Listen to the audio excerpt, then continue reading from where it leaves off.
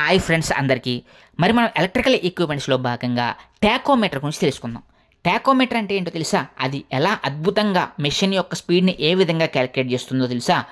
Tachometer is a device which is used to calculating the machine speed motor speed in RPM.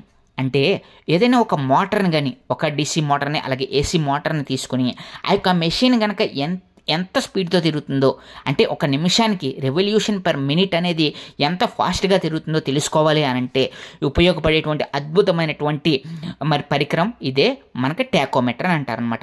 దాన్ని కనుక ఆ యొక్క తిరుగుతున్న machine shaft దగ్గర కనుక ఉంచినట్లయితే అది ఆ యొక్క రెవల్యూషన్ పర్ మినిట్, అంటే ఆ యొక్క మెషిన్ అనేది ఎంత నిమిషానికి ఎన్నిసార్లు తిరుగుతుంది అనేది ఒక రీడింగ్ చూపిస్తుంది. దాన్నే ఆర్పిఎంగా చెప్తారు. అదే ఆ మోటార్ స్పీడ్గా చెప్తూ ఉంటారనమాట.